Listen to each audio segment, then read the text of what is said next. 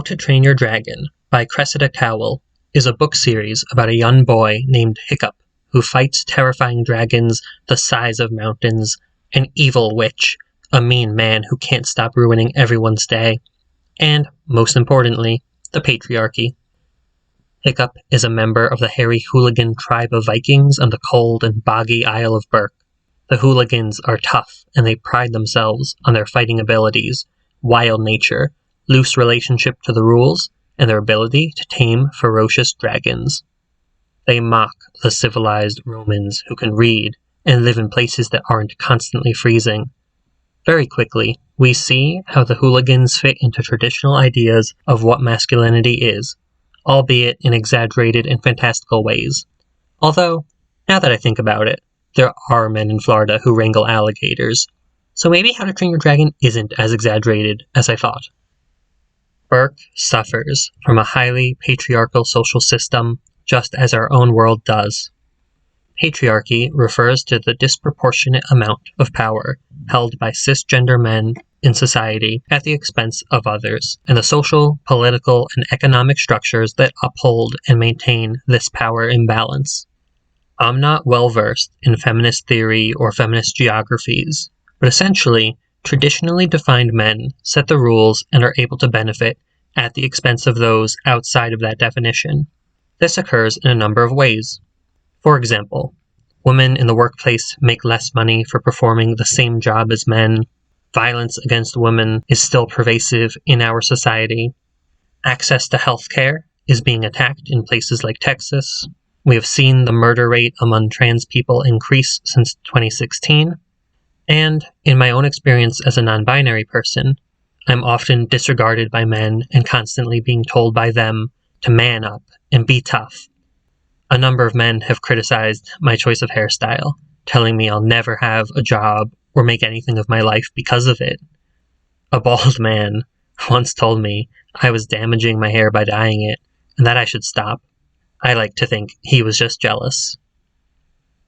Patriarchy regulates what we all are allowed to look like, how we can dress, what jobs we have, how successful we can be, how we are supposed to behave, and what spaces we have access to.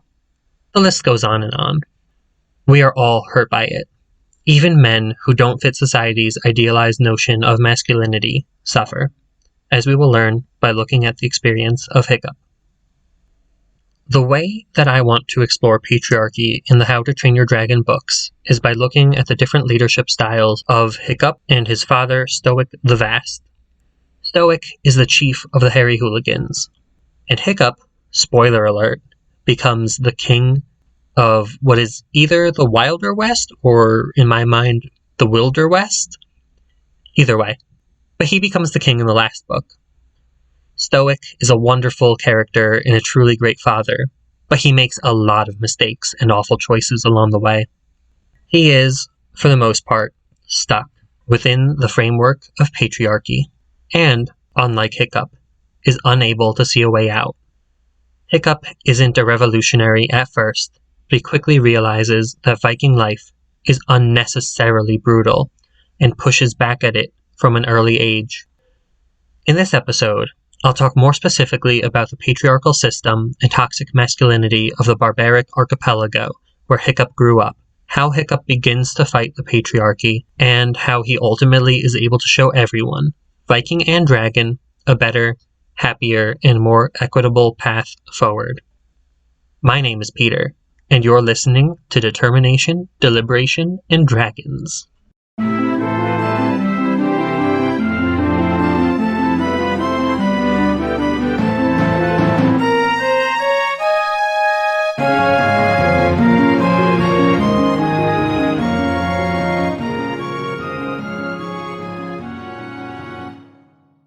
Part 1.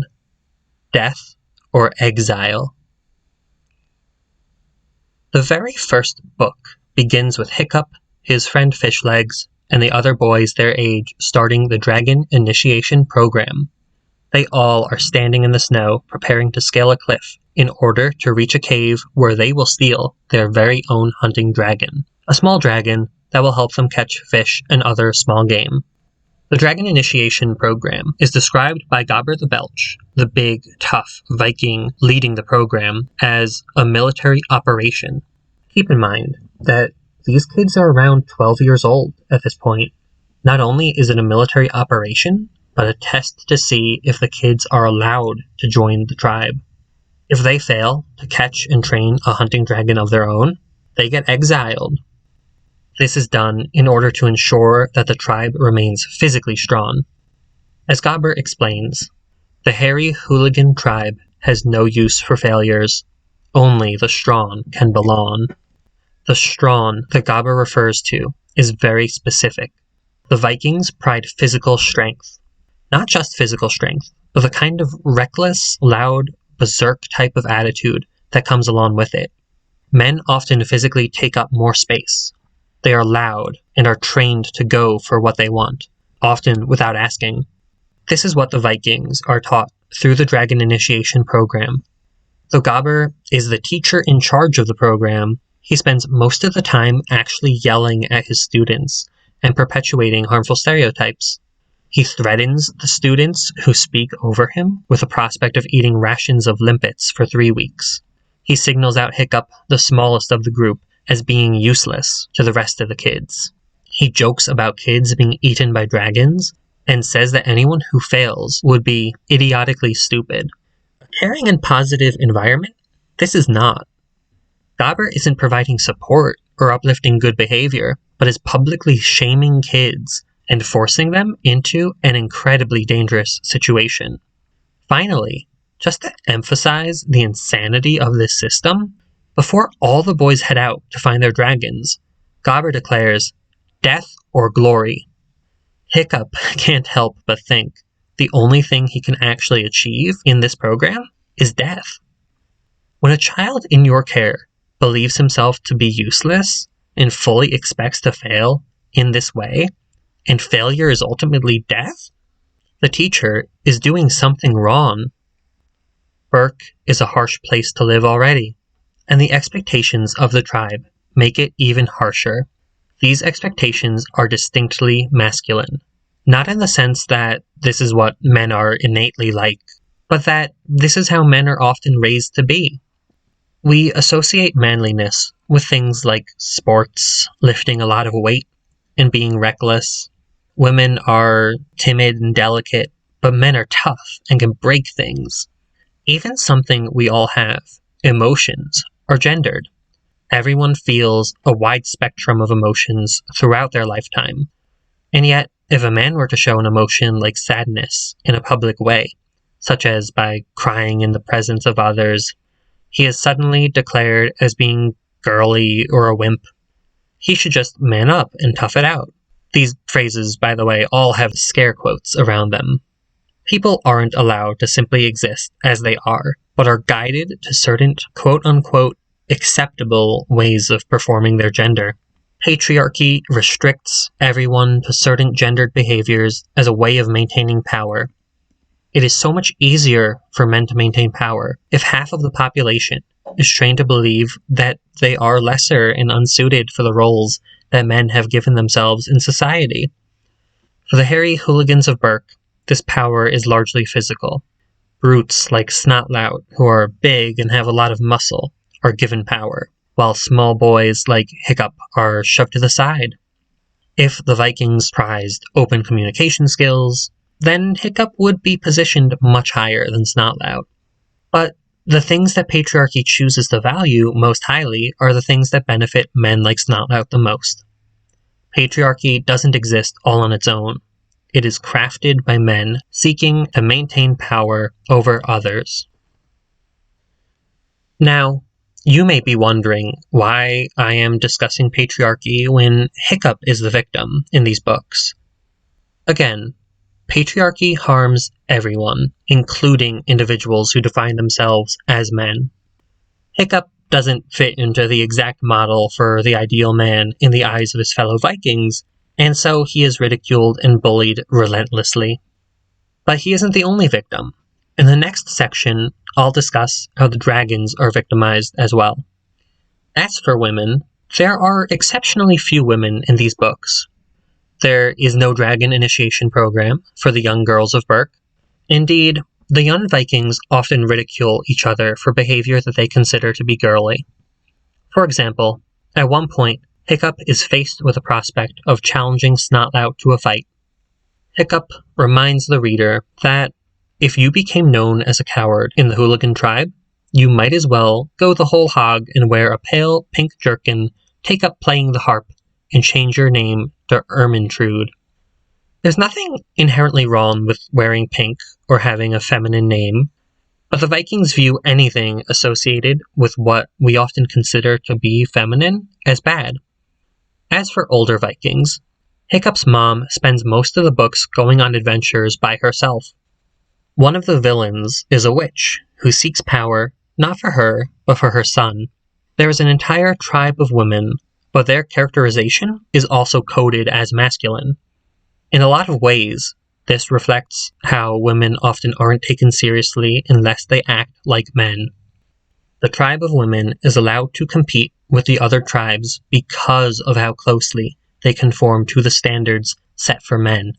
They also train their warriors to belch loudly and punch hard. None of the women do anything that fits within the framework of femininity.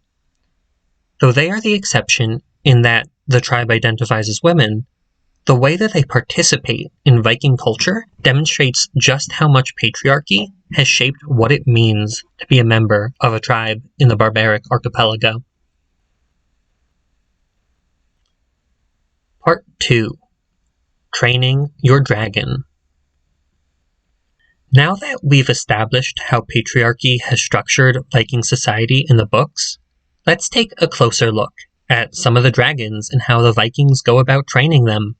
After all, this is a book about training dragons, and we, on Determination, Deliberation, and Dragons, really love dragons. The main goal of the Dragon Initiation Program is for a recruit to steal a dragon to turn into his own personal hunting companion. Dragons are something to be possessed. Gobber claims that our dragons are what set us apart. It is only the Viking heroes who dare to tame the wildest, most dangerous creatures on Earth. We see that dragons in and of themselves are unimportant. What matters is what they signify about the Vikings. Even the species of dragon says something about the boy who manages to capture it. The bigger and more dangerous the dragon, the more power a boy can claim. Indeed, one dragon, the monstrous nightmare, is only permitted to be owned by the chief's son. Snotlout, Hiccup's cousin, captures a monstrous nightmare and uses it to assert his own authority and attempt to wrestle power away from the meeker Hiccup. The type of dragon you own and what you are able to train it to do impacts how you are viewed within the tribe, as well as by outsiders. Dragons aren't beings with their own interests and goals. They're property that signify the value of their owner, at least in the framework of Vikings. The dragons have their mobility and autonomy restricted, while the Vikings expand their own access to resources and positions in society. The act of training a dragon reflects the overt patriarchy of the Viking tribes. Dragons are trained by shouting at them. Gobber the Belch, head of the program, explains that training a dragon is a test of the force of your personality. He continues, saying, "You will assert your will over this wild creature and show it who is master. Your dragon will be expected to obey simple commands such as go and stay, and hunt fish for you in the way that dragons have hunted for the sons of Thor since anybody can remember." There's even a book that the Vikings refer to, which is also called How to Train Your Dragon, that offers all young Vikings advice on training their dragons. It states that the golden rule of dragon training is yell at it. Men in this series are quite literally trained to be loud and take up space in order to subdue others. In our world, there isn't a book telling us to yell at others, but behavior like this is celebrated when we do things like cheer on fights at a hockey game, or elect a president who talks over everyone, encourages physical violence, and yells at reporters and politicians when they give even a hint of disloyalty. The young boys in the Dragon Initiation Program are taught to act in the very same way, using their physical strength and forcing their way to dominance over others. Hiccup doesn't train his dragon through yelling. At first, this isn't because he recognizes the flaws of this particular training strategy. He just can't be loud enough. But as he begins to explore alternative methods of training, he quickly realizes that he can create a different sort of bond with his dragon. Hiccup names the dragon Toothless and begins training him by talking with him, letting him sleep in the bed, feeding him sausages and lobster, scratching his back, and even telling him jokes. Hiccup doesn't assert his own will over Toothless, but instead treats him kindly. It is still unfortunate that Hiccup continues to keep Toothless rather than allow the dragon to live out in the wild, but I suppose that would make for an extremely short book. While training through kindness doesn't immediately work on Toothless, he prefers to do things his own way, it does eventually pay off. As early as the first book, Toothless saves Hiccup. A giant sea dragon arrives on the shores of Berk, intent on eating the Vikings. All the other dragons flee, but Toothless stays behind. When Hiccup is swallowed by the dragon, Toothless bravely flies up the larger dragon's nostril, forcing it to sneeze the small boy out. Toothless claims to not know why he stayed behind to help Hiccup, but the implication is that, after being shown some kindness, he decided to reciprocate by saving Hiccup's life. It is the beginning of a new method of leadership for the Hairy Hooligan tribe. Hiccup isn't the chief yet, but he is next in line, and his connection with Toothless isn't lost upon the other boys in the Dragon Initiation Program. Hiccup's grandfather suggests that it might be just what this tribe needs, a change in leadership style. Because the thing is, times are changing. We can't get away with being bigger and more violent than everybody else anymore. A hero of the future is going to have to be clever and cunning, not just a big lump with overdeveloped muscles. Hiccup begins to learn that there are other ways to exist, that physical strength and toughness aren't necessarily the qualities the Vikings should hold most dear. 100 big, scary, yelling men couldn't save the day, but a small boy and his small dragon could. Part 3. Words Change Everything. By the end of the 12-book-long series, things in the Barbaric Archipelago have changed drastically. Hiccup is no longer an initiate in the dragon training program, but a king leading his people in a war between Vikings and dragons. Leading the dragons is the supersized Sea Dragonus Giganticus Maximus, aka Really Big Dragon, named Furious. The last book certainly has its fair share of action, but the final fight between Hiccup and Furious is largely a debate. Only a few actual blows are delivered. They primarily discuss the state of the world and what it might look like if the two leaders were to commit to the sort of peace that Hiccup proposes. It is fitting that the title is How to Fight a Dragon's Fury. The main enemy isn't the dragon himself, but the fury that he has felt for the last 100 years, and the systems set up that cultivated that fury. The only way to win is together. This is in stark contrast to how the Hairy Hooligans tried to defeat the very same species of dragon in the first book. When Stoic learns that a sea dragon washed up on the shores of Berk, he assembles the Vikings in the village, and together they all yell as loud as they can at the dragon from the top of a cliff. Needless to say, it doesn't work, but Stoic and the other Vikings can't even imagine a different response to their predicament.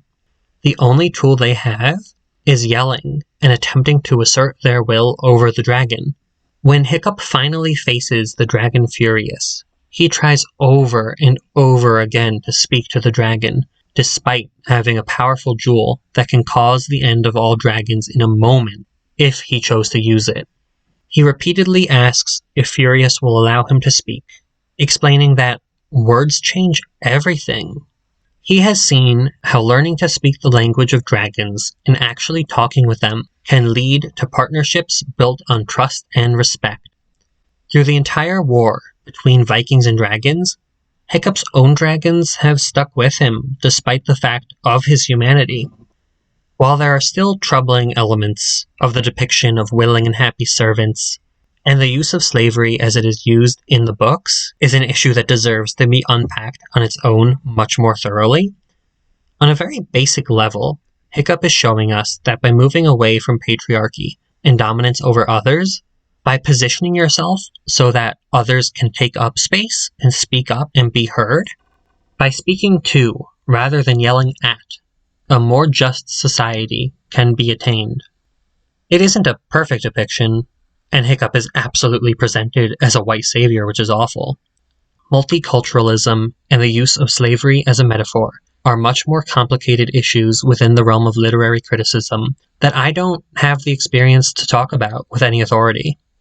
My goal certainly isn't to separate these aspects of the books. I would like to think that we can, at the very least, learn from Hiccup how to take a step back and to allow others to be heard. He has the power to annihilate the dragons, to dominate the other side, to be seen as a hero by all the Vikings in the archipelago, but he chooses not to use that power. By willingly giving up the power to harm others, he finds that the people and dragons around him are all able to lead more fulfilling lives. I want to end this section by pointing to the way in which Hiccup hopes the Vikings and dragons will operate following the end of the war. The dragon Furious departs for the ocean, signifying the departure of fury itself. The main villain, who I really didn't talk about all that much, Alvin the Treacherous, a human who did his best to stoke that fury, has probably died. Everyone else is feasting and singing. Fishlegs, Hiccup's best friend, suggests that he may start a new tribe with the motto, "Be of good cheer, all welcome here." Again, notions of a peaceful, multi-ethnic, or cultural state are very complicated, and vague notions of inclusion are actually ways of avoiding it. For example, the racist slogan, "All Lives Matter." True equity requires addressing the ways in which disenfranchised groups and people have been harmed and working to heal those specific harms. Within the context of a children's book and the idea of patriarchy, the movement towards giving up power and allowing the larger population of the Barbaric Archipelago to step forward and claim it shows how the patriarchy can be fought. Hiccup suggests that this is exactly how he wants to rule as king. Rather than uphold the old rules in which anyone who failed the dragon initiation test was exiled, he plans on broadening the idea of what it means to be a Viking. Those who were exiled under the old rules wouldn't have been cast out in this new context. Rather than give power only to the physically strong, the tribes would cultivate the talents of everyone. By giving up one type of power, Hiccup is increasing the power of everyone. Conclusion. The trap of patriarchy is that it suggests that it has power to offer. Men claim that power and use it to ensure their own positions in society while denying others the same basic rights and dignity that they have. In our world, patriarchy certainly isn't reversed by a single individual who, as a king mind you, decides to give up some of his power. Strong institutions are needed to ensure that power is distributed equally. But, on a very basic level, Hiccup demonstrates a way that we can begin to address these issues in our own lives. He shows us that lowering our voices doesn't mean that we aren't heard anymore, but that we are now part of a conversation with more people. Taking up less space doesn't mean disappearing completely, but allows other people to appear. These issues are much more complicated than they are presented in the book, as I alluded to earlier. Again, this is a book for children complete with pictures, really good pictures I might add.